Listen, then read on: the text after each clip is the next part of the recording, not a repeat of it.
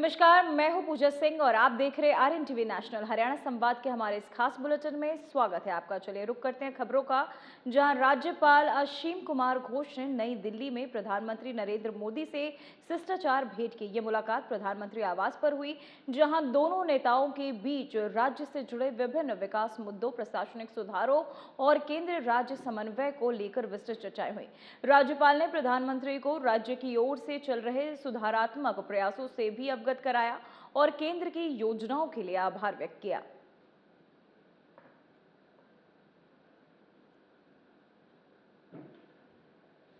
तो वहीं राज्यपाल प्रोफेसर असीम कुमार घोष ने प्राथमिक स्वास्थ्य केंद्र घरसेड़ा का दौरा कर वहां की स्वास्थ्य सेवाओं का निरीक्षण किया। उन्होंने दवाओं की उपलब्धता, साफ सफाई और मरीजों को दी जा रही सुविधाओं की गुणवत्ता की समीक्षा की।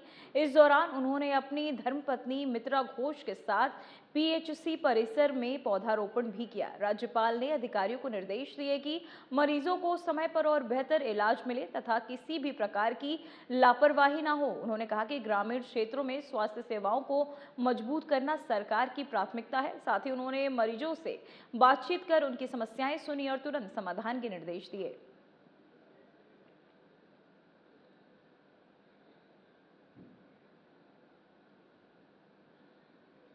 तो वहीं मुख्यमंत्री नायब सिंह सैनी रेवाड़ी जिले के गांव गोकुलपुर स्थित प्राचीन शिव मंदिर में आयोजित भंडारे और शिलान्यास कार्यक्रम में शामिल हुए। कार्यक्रम में मुख्यमंत्री ने विकास कार्यों की आधारशिला रखी और श्रद्धालुओं ने भंडारे में प्रसाद ग्रहण किया।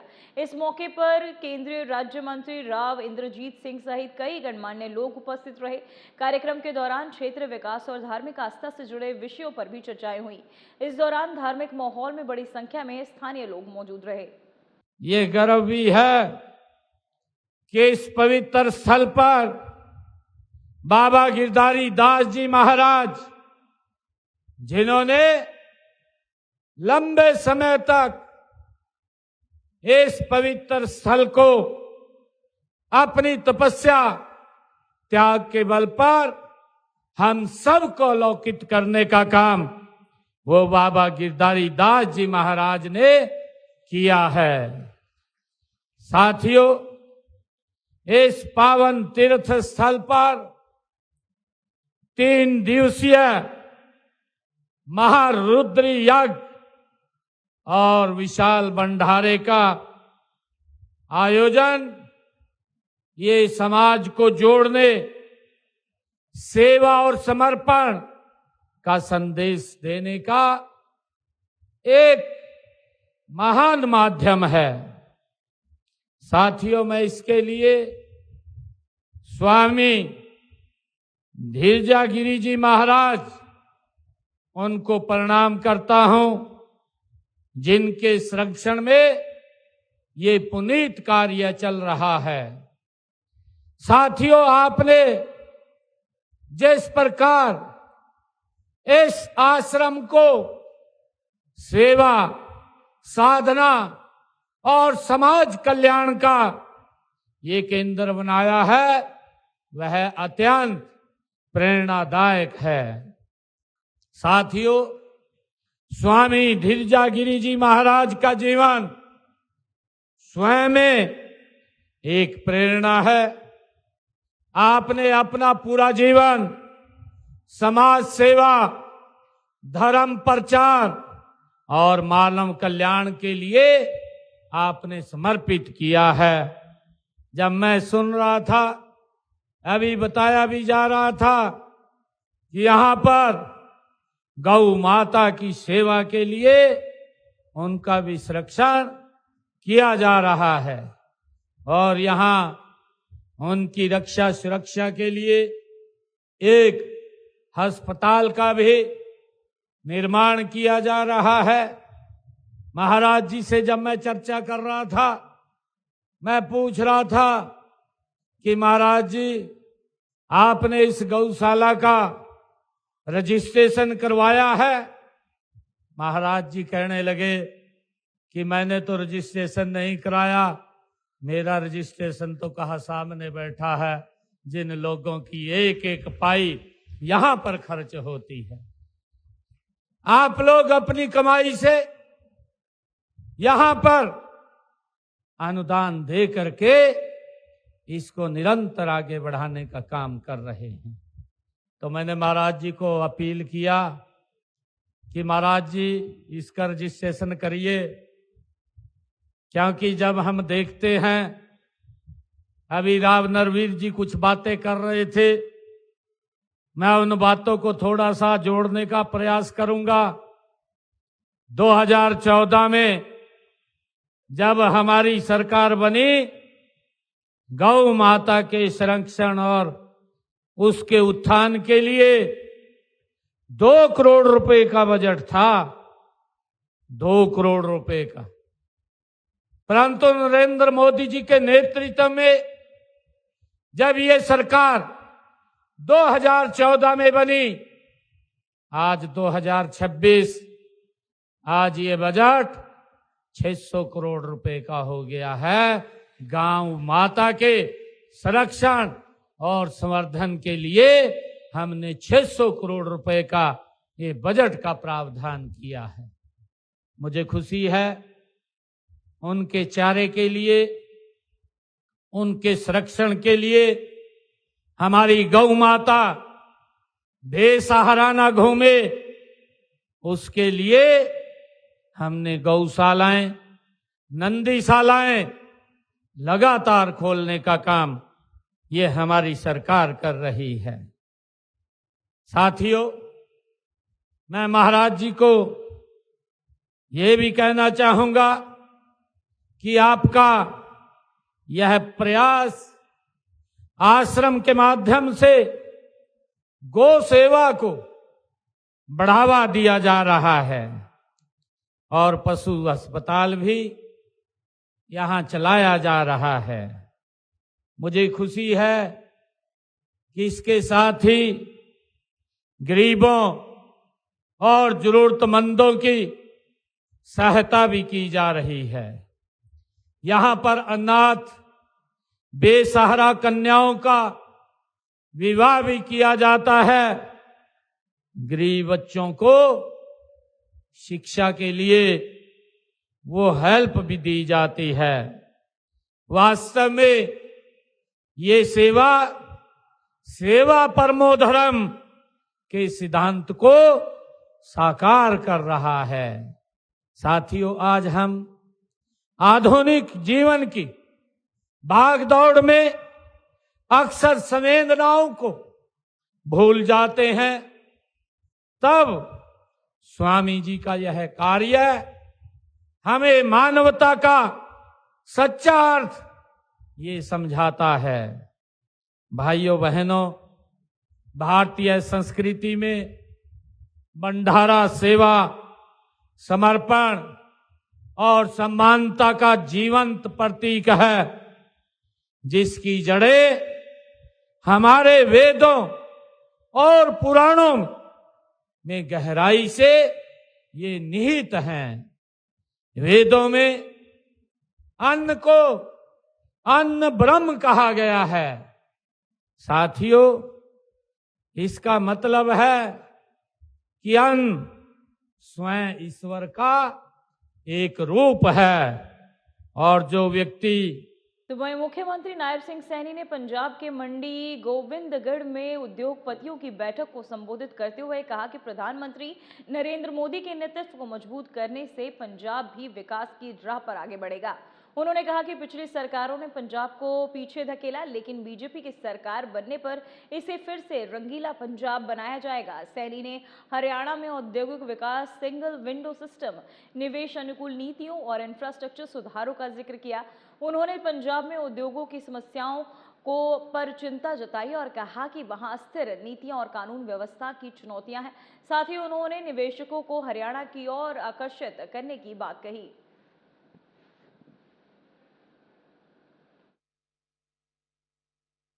सब जानते हैं कि मंडी गोविंदगढ़ का इतिहास, इहदा इतिहास बहुत ही गौरवशाली इतिहास मंडी गोविंदगढ़ का रहा है। इस शहर 6वें पातशाह श्री गुरु गोबिंद सिंह जी ਦੇ ਨਾਮ ਤੇ ਇਸ ਸਿਟੀ ਦਾ ਨਾਮ ਜੁੜਿਆ ਹੈ। ਸਾਥੀਓ, ਅਸੀਂ ਜਾਣਦੇ ਹਾਂ ਉਹਨਾਂ ਦੀ ਵੀਰਤਾ, ਉਹਨਾਂ ਦਾ ਤਿਆਗ ਤੇ ਰਾਸ਼ਟਰ ਭਗਤੀ ਦੀ ਪ੍ਰੇਰਣਾ ਸਾਥੀਓ ਅੱਜ ਵੀ ਇਸ ਖੇਤਰ ਦੇ ਕਣ-ਕਣ ਦੇ ਵਿੱਚ ਵਸਦੀ ਹੈ। परम सत्कारयोग इस मौके ते मैं सब ते पहला तो गुरुआं दी इस पवित्र धरती नूं सीस नवा करके प्रणाम करता हाँ। मंडी गोबिंदगढ़ नूं स्टील टाउन ऑफ इंडिया इहदे नां ते भी साथियों जाना जाता है। इत्थे असी सब जानते हैं कि 20वीं सदी के शुरू विच नाभा दे महाराज हीरा सिंह जी ने औद्योगिक इकाइयों स्थापित करने की शुरुआत की सी।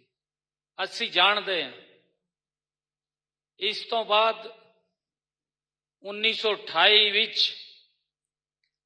गोबिंदगढ़ नूं स्टील लई फ्री ट्रेड जोन ਇਹ ਘੋषित ਕੀਤਾ ਗਿਆ ਸੀ। ਅਸੀਂ ਜਾਣਦੇ ਹਾਂ ਅੱਜ ਇਸ ਸ਼ਹਿਰ ਵਿੱਚ 200 ਸੇ ਵੀ ਵੱਧ ਮਿਲਾਂ ਤੇ ਕਈ ਇੰਡਕਸ਼ਨ ਫਰਮਾਂ ਇੱਥੇ ਚੱਲ ਰਹੀਆਂ ਹਨ। तो वहीं महेंद्रगढ़ में फायर ब्रिगेड कर्मचारियों की हड़ताल आज 24वें दिन भी जारी है, जिससे जनजीवन पर असर पड़ने लगा है। कर्मचारी अपने कार्यालय के बाहर नारेबाजी कर विरोध प्रदर्शन कर रहे हैं। इसी बीच नगर पालिका के सफाई कर्मचारी भी 2 दिन की हड़ताल पर चले गए हैं। यह आंदोलन नगर पालिका कर्मचारी संघ हरियाणा के बैनर तले चल रहा है। कर्मचारियों ने चेतावनी दी है कि अगर सरकार ने उनकी मांगे नहीं मानी तो यह हड़ताल अनिश्चितकाल भी हो सकती है। उनकी प्रमुख मांगों में कच्चे कर्मचारियों को पक्का करना, पुरानी पेंशन योजना लागू करना और सुरक्षा उपकरण व जोखिम भत्ता शामिल है। कर्मचारियों का कहना है कि गर्मी में आग की घटनाएं बढ़ रही हैं, ऐसे में हड़ताल से सुरक्षा व्यवस्था प्रभावित हो रही है।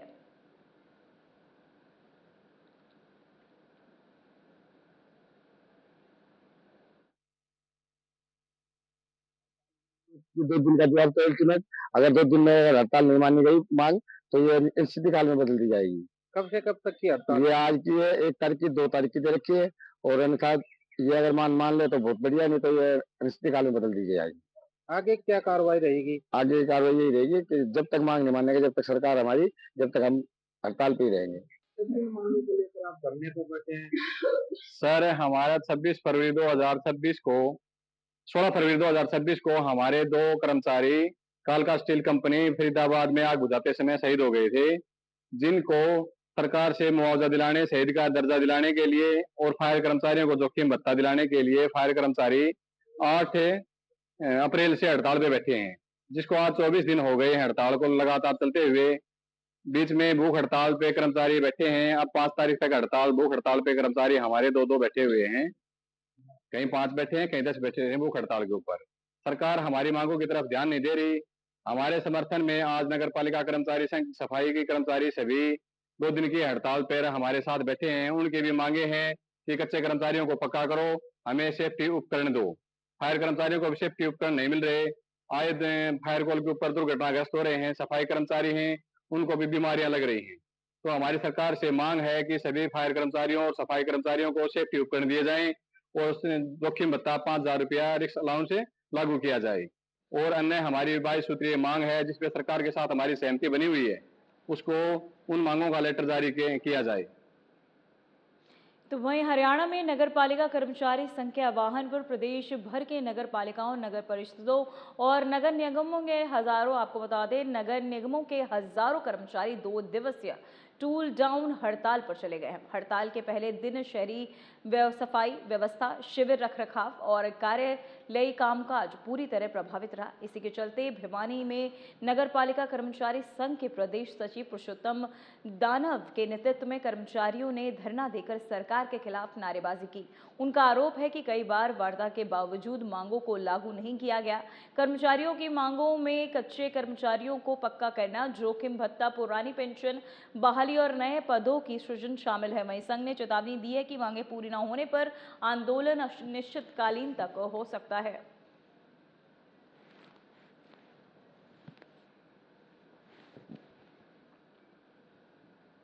तो वहीं भिवानी में मजदूर दिवस पर संगठनों ने जोरदार शक्ति प्रदर्शन किया, जिसके तहत सिट्टू, इंटक और सर्व कर्मचारी संघ और रिटायर्ड कर्मचारी संघ के आह्वान पर सैकड़ों मजदूर और कर्मचारी नेहरू पार्क में एकत्र हुए और शिकागो के शहीदों को श्रद्धांजलि दी। इसके बाद हांसी गेट पर पुराना बस अड्डा होते हुए लघु सचिवालय तक रैली निकाली गई, जहां मजदूर एकता के नारे गूंजे। प्रदर्शनकारियों ने मानेसर और नोएडा में गिरफ्तार मजदूरों की रिहाई, 26,000 रुपए न्यूनतम वेतन लागू करने और महंगाई के खिलाफ आवाज उठाई। आंगनबाड़ी कर्मियों की मांगों का ज्ञापन भी प्रशासन को सौंपा गया। नेताओं ने चेतावनी दी है कि मांगे पूरी न होने पर बड़ा आंदोलन किया जाएगा।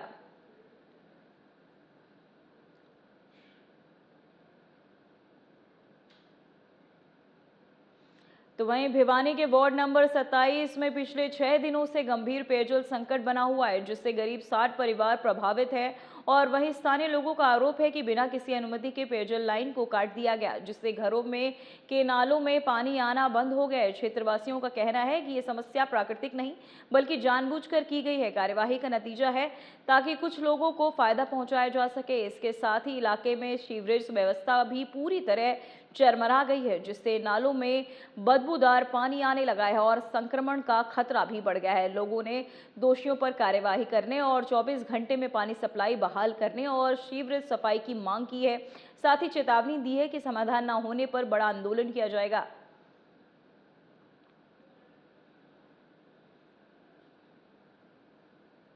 तो वहीं भिवानी के हांसी रोड स्थित तिगड़ाना मोड़ पर आरएस होटल को सील करने के लिए नगर परिषद की टीम ड्यूटी मजिस्ट्रेट के नेतृत्व में पहुंची। आरोप था कि होटल में सीएलयू प्रक्रिया पूरी नहीं की गई थी और भवन नियमों के अनुकूल नहीं था। इस पर पहले भी होटल संचालक को नोटिस जारी किया जा चुका था। इसी के चलते पुलिस बल के साथ टीम मौके पर पहुंची और करीब 28 से 30 कमरों की जांच कर ये सुनिश्चित किया गया कि अंदर कोई मौजूद न हो। इसके बाद सीलिंग की प्रक्रिया शुरू की गई और कुछ गेट सील भी कर दिए गए। इसी दौरान कोर्ट ने स्टे आदेश आने के बाद कार्यवाही रोक दी गई। वहीं प्रशासन ने कहा कि आगे की कार्यवाही न्यायालय के निर्देशों पर निर्भर करेगी।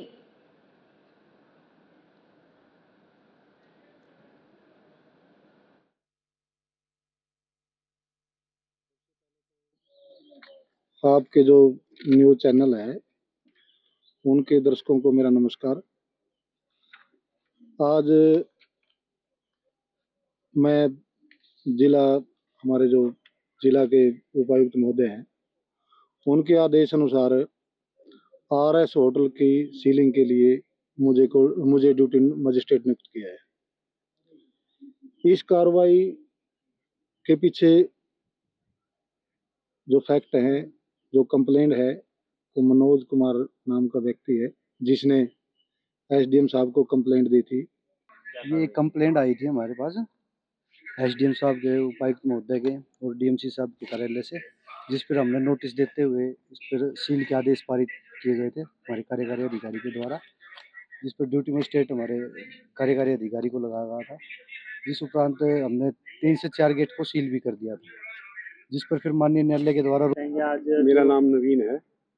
आज कमेटी से वो मेरे सील के लिए आए थे, उस पर मैंने सटे ले ली है और जो हमारी कार्रवाई है वो हमारी चालू कर रखी है। हमने जो भी हमारी ऊपर थी 1 महीने का समय भी मिला है, आगे का आगे देखते हैं। धन्यवाद। नक्शे की सारी कार्रवाई अपनी हो रखी है, सब चीजें चालू है। तो वहीं पानीपत में बुलेट पर स्टंट और खतरनाक बाइकिंग को लेकर पुलिस ने सख्त कार्यवाही की है। हाल ही में पुलिस ने एक युवक को गिरफ्तार किया था जो बुलेट पर आपको बता दें फायर स्टंट कर रहा था और इस पर प्रेस कॉन्फ्रेंस भी की गई थी, लेकिन जमानत पर छूटने के बाद उसी युवक ने फिर से सोशल मीडिया पर वीडियो डाल दिया जिससे वह मुंह पर काला कपड़ा बांधकर बाइक चलाता दिख रहा है। वीडियो में उसने मीडिया पर तंज भी कसा। मामले पर आपको बता दें डीएसपी हेडक्वार्टर सतीश वत्स ने कहा कि सीआईए और साइबर सेल को जांच के निर्देश दिए गए हैं। उन्होंने कहा कि ऐसे स्टंट जानलेवा है और इनसे दूसरों की जान भी खतरे में पड़ती है।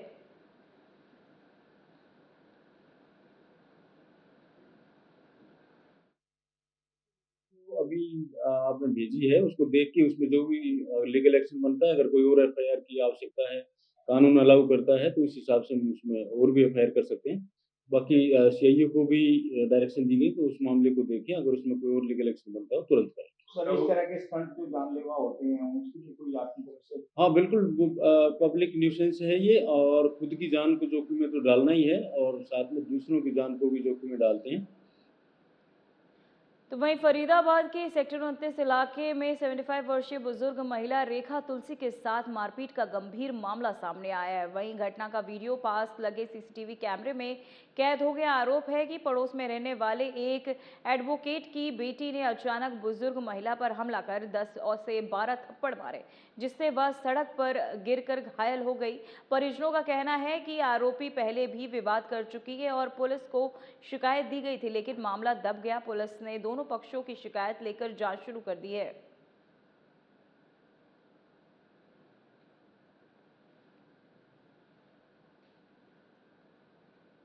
तो वहीं पानीपत में 16 वर्षीय नाबालिग से जुड़े एक गंभीर मामले में पुलिस ने कार्यवाही करते हुए आरोपी को गिरफ्तार कर लिया। पीड़ित की मां की शिकायत पर पुलिस ने पॉस्को एक्ट सहित कई गंभीर धाराओं में मामला दर्ज कर लिया है। महिला के साथ लिव इन में रह रहे व्यक्ति पर नाबालिग के साथ गलत हरकत करने और धमकी देने का आरोप लगा है। घटना के बाद पीड़िता ने अपनी मां को जानकारी दी, जिसके बाद मामला थाने पहुंचा। पुलिस ने तुरंत कार्यवाही करते हुए आरोपी को हिरासत में लेकर जांच शुरू कर दी गई है।